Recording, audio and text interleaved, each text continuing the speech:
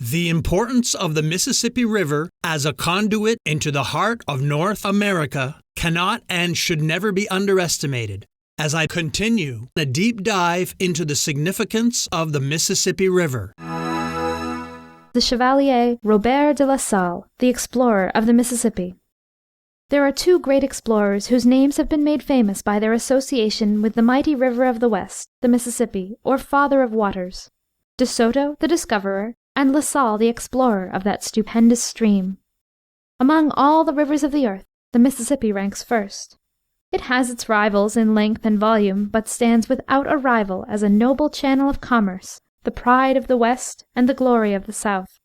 Let us say here that though the honor of exploring the Mississippi has been given to La Salle, he was not the first to traverse its waters.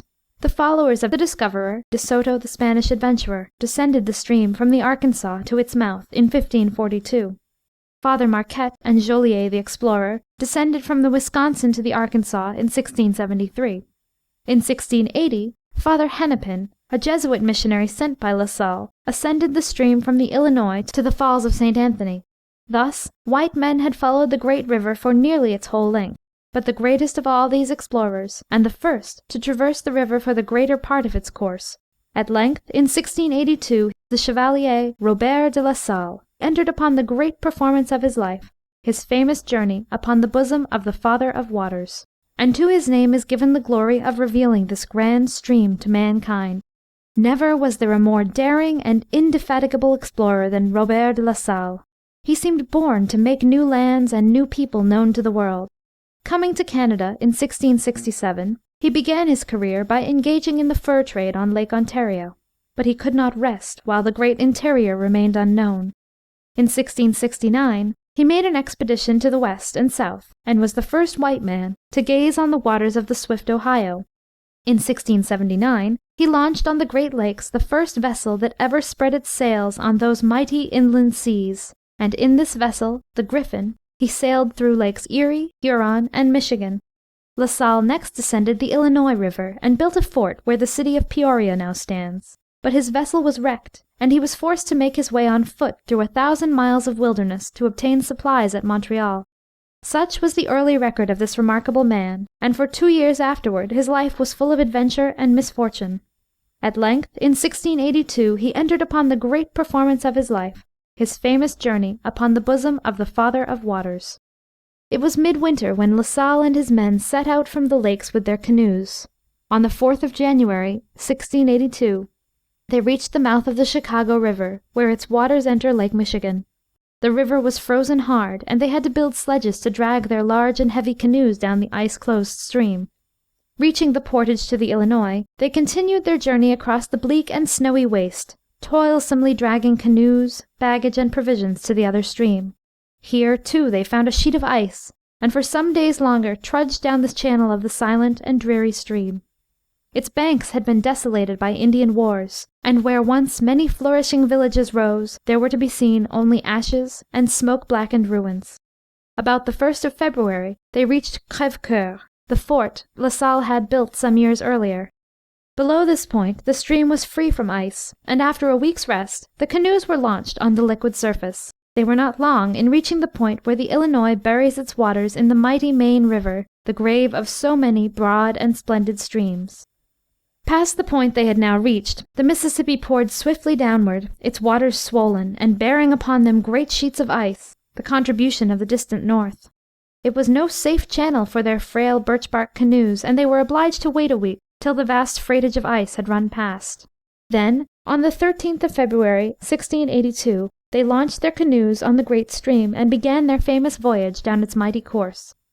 A day's journey brought them to the place where the turbulent Missouri pours its contribution, gathered from thousands of miles of mountain and prairie, into the parent stream, rushing with the force and roar of a rapid through a channel 1/2 mile broad, and quickly converting the clear Mississippi waters into a turbid yellow torrent, thick with mud. La Salle, like so many of the early explorers, was full of the idea of finding a short route across the continent to the Pacific Ocean, and he found the Indians at the mouth of the Missouri ready to tell him anything he wanted to know. They said that by sailing 10 or 12 days up the stream, through populous villages of their people, he would come to a range of mountains in which the river rose, and by climbing to the summit of these lofty hills he could gaze upon a vast and boundless sea whose waves broke on their farther side. It was one of those imaginative stories which the Indians were always ready to tell, and the whites as ready to believe, and it was well for La Salle that he did not attempt the fanciful adventure. Settlements were numerous along the Mississippi, as De Soto had found a century and more earlier. About 30 miles below the Missouri they came to another village of peaceful natives, whose souls they made happy by a few trifling gifts. Then downward still they went for 100 miles or more farther, to the mouth of another great stream, this one flowing from the east, and as noble in its milder way as the Missouri had been in its turbulent flow.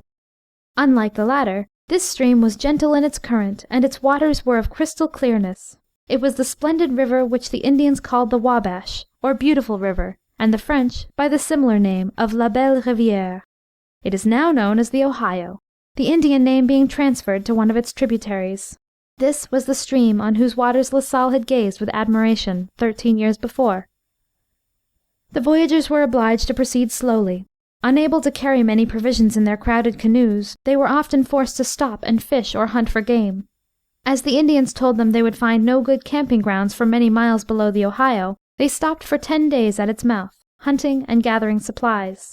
Parties were sent out to explore in various directions, and one of the men, Peter Prudhomme, failed to return. It was feared that he had been taken captive by the Indians, traces of whom had been seen nearby, and a party of Frenchmen, with Indian guides, was sent out on the trails of the natives. They returned without the lost man, and La Salle at length reluctantly giving him up, prepared to continue the journey. Just as they were entering the canoes, the missing man reappeared. For 9 days he had been lost in the forest, vainly seeking his friends and wandering hopelessly. His gun, however, had provided him with food, and he reached the stream just in time. Once more the expedition was launched on the swift-flowing current, 8 or 10 large birch canoes filled with Indians and Frenchmen in Indian garb, and laden with supplies. The waters bore them swiftly onward. There was little labor with the paddles. The wintry weather was passing, and the air growing mild, the sky sunny, and the light-hearted sons of France enjoyed their daily journey through new and strange scenes with the warmest zest. About 120 miles below the Ohio, they reached the vicinity of the Arkansas River, the point near which the voyage of Marquette had ended, and that of the followers of De Soto began. Here, for the first time in their journey, they met with hostile Indians. As the flotilla glided on past the Arkansas bluffs on the 3rd of March, its people were startled by hearing the yells of a large body of warriors, and the loud sound of a drum coming from behind the bluff. The natives had taken the alarm, supposing that a war party of their enemies was coming to attack them. La Salle ordered his canoes at once to be paddled to the other side of the stream, here a mile wide. The party landing, some entrenchments were hastily thrown up, for across the river they could now see a large village filled with excited and armed warriors. Preparations for defense made, La Salle advanced to the water's edge and made signs of friendship and amity. Pacified by these signals of peace, some of the Indian chiefs rowed across until near the bank, when they stopped and beckoned to the strangers to come to them. Father Membre, the priest who accompanied the expedition, entered a canoe and was rowed out to the native boat by 2 Indians. He held out to them the calumet, or pipe of peace, the Indian signal of friendship, and easily induced the chiefs to go with him to the camp of the whites. There were 6 of them, frank and cordial in manner, and seemingly disposed to friendship. La Salle made them very happy with a few small presents, and at their request the whole party embarked and accompanied them across the river to their village. All the men of the place crowded to the bank to receive their strange visitors, women and children remaining timidly back. They were escorted to the wigwams, treated with every show of friendship, and regaled with the utmost hospitality. These Arkansas Indians were found to be a handsome race, and very different in disposition from the northern tribes, for they replaced the taciturn and often sullen demeanour of the latter with a gay and frank manner better suited to their warmer clime. They were also much more civilized, being skilled agriculturists, and working their fields by the aids of slaves captured in war. Corn, beans, melons, and a variety of fruits were grown in their fields, and large flocks of turkeys and other fowls were seen round their dwellings. La Salle and his party stayed in the village for some 2 weeks, and before leaving went through the form of taking possession of the country in the name of the King of France. This proceeding was conducted with all the ceremony possible under the circumstances, a large cross being planted in the centre of the village, anthems sung, and religious rites performed. The Indians looked on in delight at the spectacle, blankly ignorant of what it all meant, and probably thinking it was got up for their entertainment. Had they known its full significance, they might not have been so well pleased. I'm Mark Vinette, and I hope you're enjoying the ride.